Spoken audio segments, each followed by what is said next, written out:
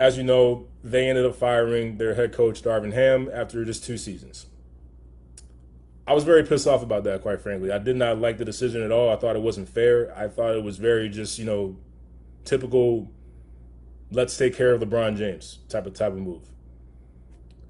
So I might say some things about LeBron that fans may not like, but I feel like I got to just say what I got to say.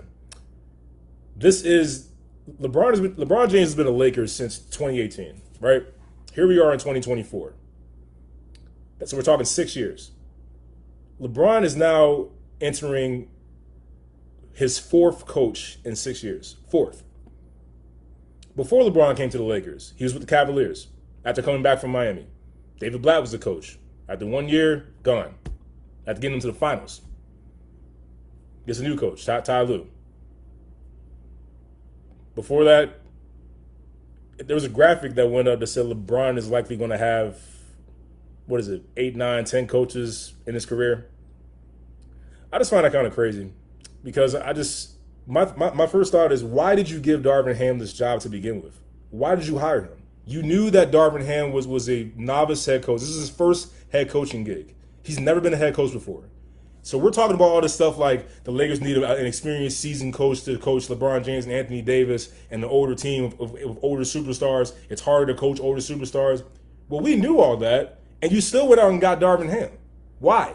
Why did you go out and get a guy that has never been a head coach before to coach this particular team?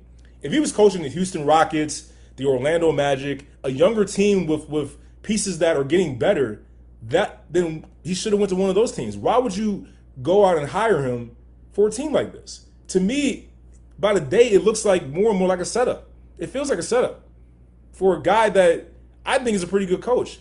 This Lakers team that was here last year that people were watching, they shouldn't have got to the playoffs. They were terrible. They were bad this year. They were bad this year defensively all year long. They shouldn't have got made the playoffs.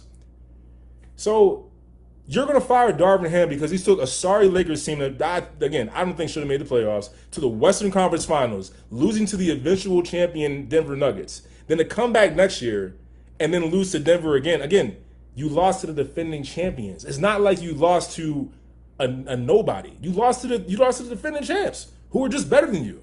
Imagine if the Lakers didn't draw Denver in the playoffs. I think they go back to the Western Conference Finals. I think Lakers fans, including myself, would have been very confident in them going back to the Western Conference Finals. And they would have to eventually face Denver. But the matchup just didn't work well for the Lakers. Now, was Darvin Ham perfect at coaching? No. What coach makes every perfect move? No one. The rotations were questionable. Why would he call timeout here? Why would he use this challenge here? Well, there's a lot of coaches that do the same thing that we don't question as much. But it's because this team has LeBron James and Anthony Davis. That's why Darvin Ham got fired. If LeBron was not on the Lakers, there would not be a conversation about Darvin Ham being fired for the Lakers. He would still be coaching today. Let's call it what it is. Indirectly, LeBron and Anthony Davis didn't support him anymore. They were on the hook, being all excited when Darvin Ham first got excited. But as soon as things go bad, as soon as they lose, and it looks bad on LeBron James, we're going to fire the coach and make it seem like it's his fault.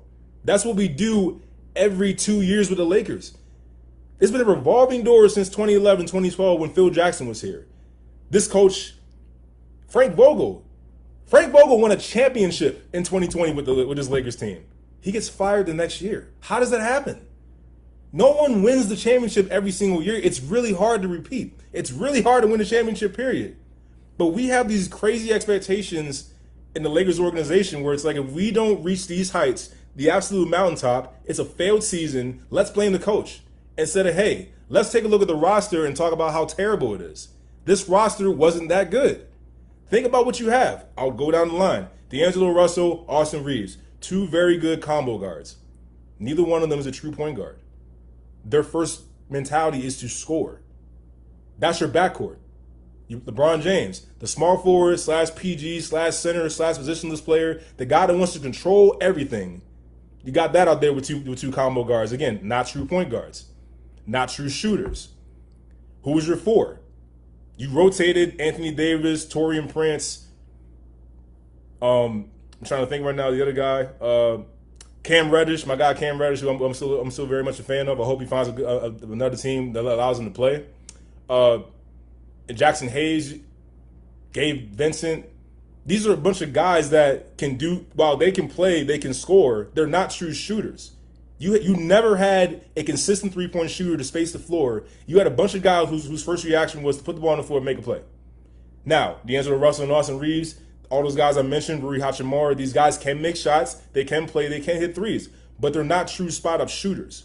When you have a team like that where your three-point shooting is inconsistent up and down, teams are going to start shrinking the floor on you. They're not going to guard you like they would, say, the Warriors, so they have more spacing.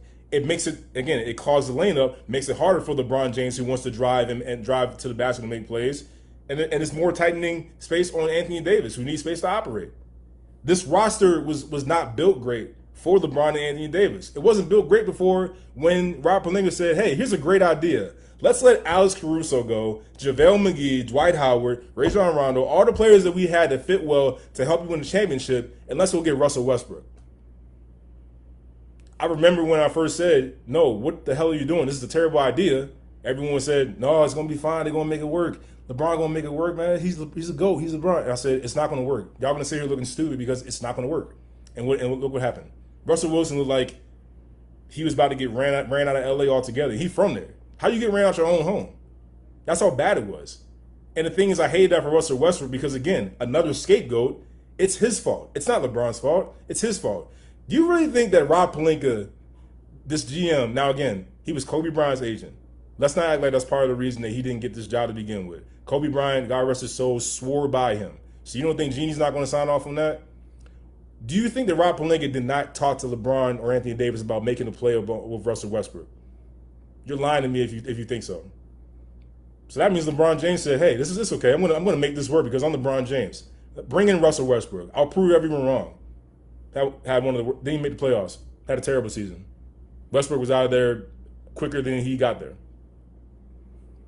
Spacing and having the same type of player does not help you. When you have a player like LeBron James who wants to have the ball in his hands to control everything, you can't bring in a Russell Westbrook who literally wants to do the exact same thing. We've watched Russell Westbrook over the years, Mr. Triple-Double, because he has the ball in his hands all the time. He's creating all the time. You can't put a guy like that with another creator who's capable of getting triple-doubles every night. It eliminates spacing and it makes you easier to guard. I said this last week, the Lakers need to reconstruct this roster and, again, find a coach and stick with that coach. You can't change coaches every 2 years and think that's going to fix the problem. It doesn't. It makes it worse. This roster is not that good. LeBron is getting older. Anthony Davis is getting older. This roster needs to be reconstructed, and they need to find a coach and say, hey, this is my guy. I'm going to go with him. There was conversation about how this hurts the GOAT conversation. And it does. Because how many coaches are you going to hire before to make this man happy before you say, look, some of this is your fault. Some of this you probably could have fixed. When you were up 20 against Denver in game 2 or game 3, whatever it was, how does Anthony Davis only get one shot? You're so smart. You're this cerebral. We marvel LeBron James about his cerebral basketball mind and how he's smarter than everyone else out there. Well, you know that Anthony Davis is killing Jokic. Y'all up 20. How does he not get the ball and only take one shot in the fourth quarter? That's not all coaching. You supposed to be the coach on the floor. Figure it out. Why don't you get the ball to Anthony Davis? Why don't you make sure that doesn't happen? So then maybe this series is a little bit different and you guys will get your butts kicked. You never think about that? LeBron is a cerebral guy. He knows all, sees all. Well, you should have saw that Anthony Davis should have kept getting the ball. He shouldn't have not stopped getting the ball. The two-man pick and roll with Anthony Davis and LeBron. Why did you stop doing that, LeBron? You have the ball in your hands. You made the decisions. Why didn't you continue to do what was working for you?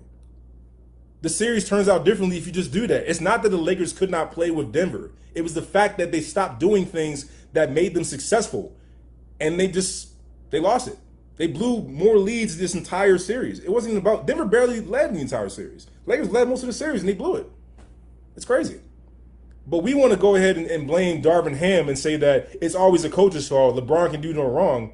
And again, I'm not blaming LeBron James saying that this is all his fault. He did his thing. Anthony Davis played well. They did what they're supposed to do on the court. This roster was not that good to begin with.